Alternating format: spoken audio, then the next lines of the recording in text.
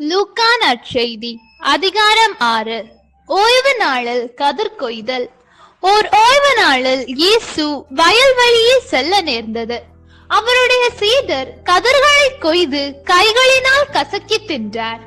பரிசேயருள் சிலர், ஓய்வு நாளில் செய்யக்கூடாததை நீங்கள் செய்வதேன் என்று கேட்டனர்.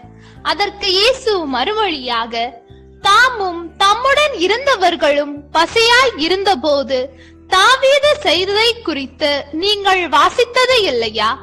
அவர் இரு இல்லத்திற்குள் சென்று குருக்கள் மட்டுமே அன்றி வேறு எவரும் உண்ணக்கூடாத அர்ப்பண அப்பங்களை எடுத்து தாம் உண்டதுமன்றி தம்மோடு இருந்தவர்களுக்கும் கொடுத்தார் அல்லவா என்று கூறினார். மேலும் அவர்களிடம், ஓய்வு நாளும் மானிட மகனுக்கு கட்டுப்பட்டதே என்றார். கை சூம்பியவர் ஓய்வு நாளில் நலமடைதல். மற்றொரு ஓய்வு நாளில் இயேசு தொழுகை கூடத்திற்குள் சென்று கற்பித்தார். அங்கே வலக்கை சூம்பியவர் ஒருவர் இருந்தார். மறைநூல் அறிஞரும் பரிசேயரும் இயேசுவிடம் குற்றம் காணும் நோக்குடன் ஓய்வு நாளில் அவர் அவரை குணப்படுத்துவாரா என்று கூர்ந்து கவனித்துக் கொண்டே இருந்தனர். இயேசு அவர்களுடைய எண்ணங்களை அறிந்து கை சூம்பியவரை நோக்கி, எழுந்து நடுவே நில்லும் என்றார். அவர் எழுந்து நின்றார். இயேசு அவர்களை நோக்கி, உங்களிடம் ஒன்று கேட்கிறேன்.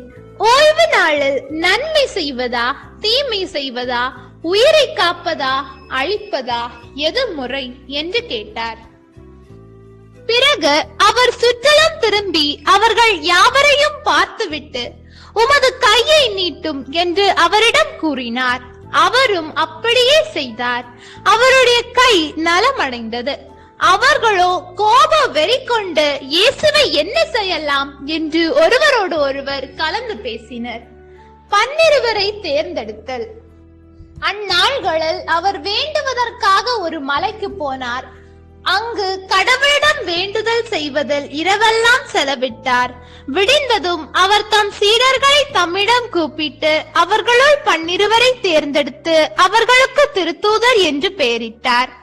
அவர்கள் முறையே பேதுரு என்று அவர் பெயரிட்ட சீமோன், அவருடைய சகோதரர் அந்திரேயா, யாக்கோபு, யோவான், பிலிப்பு, பார்த்தலமேயு, மத்தேயு, தோமா, அல்பேயுவின் மகன் யாக்கோபு, தீவிரவாதி எனப்பட்ட சீமோன், யாக்கோபின் மகன் யூதா, துரோகியாக மாறிய யூதாசு, இஸ்காரியோத்து என்பவர்கள். திரளான மக்களுக்கு பணிபுரிதல். இயேசு அவர்களுடன் இறங்கி வந்து சமவெளியான ஒரு இடத்தில் நின்றார். பெருந்திரளான அவருடைய சீடர்களும் யூதேயா முழுவதிலிருந்தும் எருசலேமில் இருந்தும் தீர் சீதோன் கடற்கரையை பகுதிகளில் இருந்தும் வந்த பெருந்திரளான மக்களும் அங்கே இருந்தார்கள். அவர் சொல்வதை கேட்கவும் தங்கள் பிணிகள் நீங்கி நலமடையவும் அவர்கள் வந்திருந்தார்கள். தீய ஆவிகளால் தொல்லைக்கு உள்ளானவர்கள் குணமானார்கள். அவரிடமிருந்து வல்லமை வெளிப்பட்டு அனைவர் பிணியையும் போக்கியதால் அங்கு திரண்டிருந்த மக்கள் யாவரும் அவரை தொட முயன்றனர். சமவெளி பொழிவு. பேறு பெற்றோரும் கேடுற்றோரும். இயேசு சீடர் மீது தம் பார்வையை பதித்து கூறியவை: ஏழைகளே, நீங்கள் பேறு பெற்றோர், ஏனெனில் இறையாட்சி உங்களுக்கு உரியதே. இப்பொழுது பட்டினியாய் இருப்போரே, நீங்கள் பேறு பெற்றோர், ஏனெனில் நீங்கள் நிறைவு பெறுவீர்கள். இப்பொழுது அழுது கொண்டிருப்போரே, நீங்கள் பேறு பெற்றோர், ஏனெனில் நீங்கள் சிரித்து மகிழ்வீர்கள். மானிட மகன் பொருட்டு மக்கள் உங்களை வெறுத்து ஒதுக்கி வைத்து நீங்கள் பொல்லாதவர் என்று இகழ்ந்து தள்ளிவிடும் போது நீங்கள் பேறு பெற்றோர். அந்நாளில் துள்ளி மகிழ்ந்து கொண்டாடுங்கள், ஏனெனில் விண்ணுலகில் உங்களுக்கு கிடைக்கும் கைமாறு மிகுதியாகும். அவர்களுடைய மூதாதையரும் இறைவாக்கினருக்கு இவ்வாறே செய்து வந்தனர். ஆனால் செல்வர்களே, ஐயோ உங்களுக்கு கேடு, ஏனெனில் நீங்கள் எல்லாம் அனுபவித்து விட்டீர்கள். இப்போது உண்டு கொழுந்திருப்போரே, ஐயோ உங்களுக்கு கேடு, ஏனெனில் பட்டினி கிடப்பீர்கள். இப்போது சிரித்து இன்புறுவோரே, ஐயோ உங்களுக்கு கேடு, ஏனெனில் துயருற்று அழுவீர்கள். மக்கள் எல்லாரும் உங்களை புகழ்ந்து பேசும்போது ஐயோ உங்களுக்கு கேடு, ஏனெனில் அவர்களின் மூதாதையரும் போலி இறைவாக்கினருக்கு இவ்வாறே செய்தார்கள். பகைவரிடம் அன்பு காட்டுதல். நான் சொல்வதை கேட்டுக்கொண்டிருக்கும் உங்களுக்கு கூறுகிறேன், உங்கள் பகைவரிடம் அன்பு கூறுங்கள், உங்களை வெறுப்போருக்கு நன்மை செய்யுங்கள், உங்களை சபிப்போருக்கு ஆசி கூறுங்கள், உங்களை இகழ்ந்து பேசுவோருக்காக இறைவனிடம் வேண்டுங்கள். உங்களை ஒரு கன்னத்தில் அறைபவருக்கு மறு கன்னத்தையும் திருப்பி காட்டுங்கள்.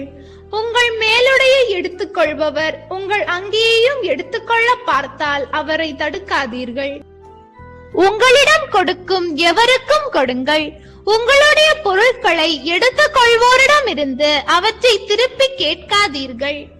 பிறர் உங்களுக்கு என்ன செய்ய வேண்டும் என்று விரும்புகிறீர்களோ அதையே நீங்களும் அவர்களுக்கு செய்யுங்கள். உங்களிடம் அன்பு செலுத்துவோரிடமே நீங்கள் அன்பு செலுத்தினால் உங்களுக்கு வரும் நன்மை என்ன? பாவிகளும் தங்களிடம் அன்பு செலுத்துவோரிடம் அன்பு செலுத்துகிறார்களே. உங்களுக்கு நன்மை செய்பவர்களுக்கே நீங்கள் நன்மை செய்தால் உங்களுக்கு வரும் நன்மை என்ன? பாவிகளும் அவ்வாறு செய்கிறார்களே. திரும்ப பெற்றுக் கொள்ளலாம் என எதிர்பார்த்து நீங்கள் கடன் கொடுத்தால் உங்களுக்கு வரும் நன்மை என்ன?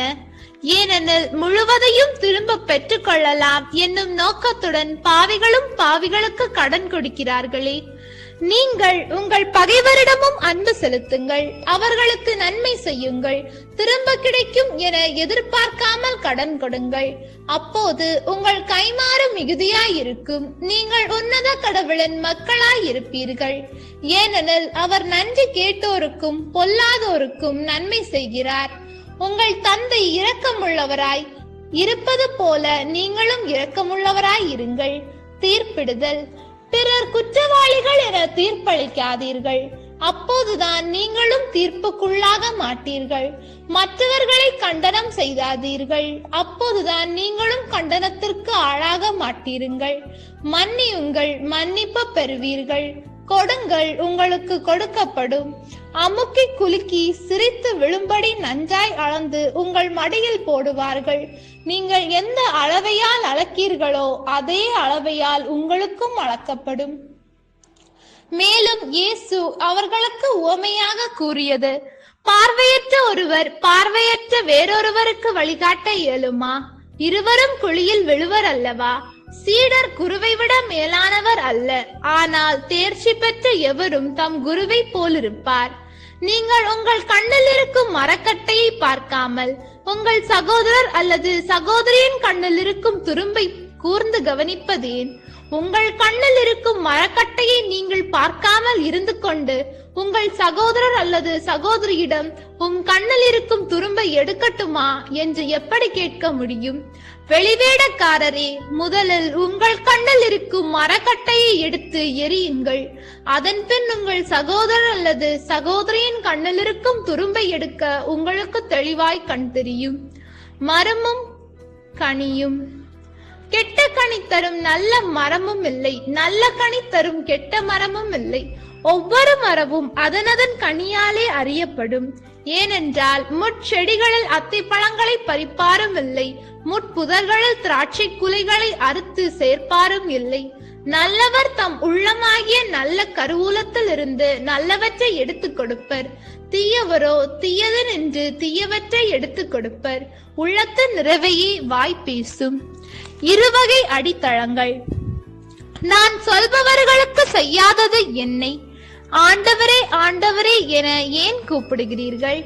என்னிடம் வந்து என் வார்த்தைகளை கேட்டு அவற்றின்படி செயல்படும் எவரும் யாருக்கு ஒப்பாவர் என உங்களுக்கு எடுத்து காட்டுகிறேன்.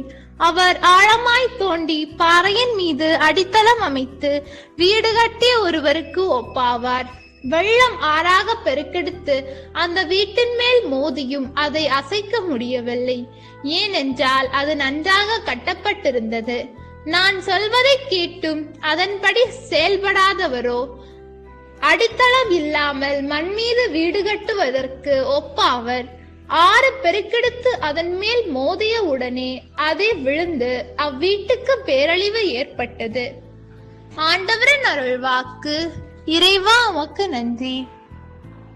நம் அன்பு கடவுளின் ஆசியும் அருளும் இன்னும் பலருக்கு கிடைக்கப்பெற ஹோலி பைபிள் தமிழ் சேனலை சப்ஸ்கிரைப் செய்துவிட்டு இந்த வீடியோவை லைக் செய்யவும், மேலும் உங்கள் உறவினர் மற்றும் நண்பர்களுடன் ஷேர் செய்யவும்.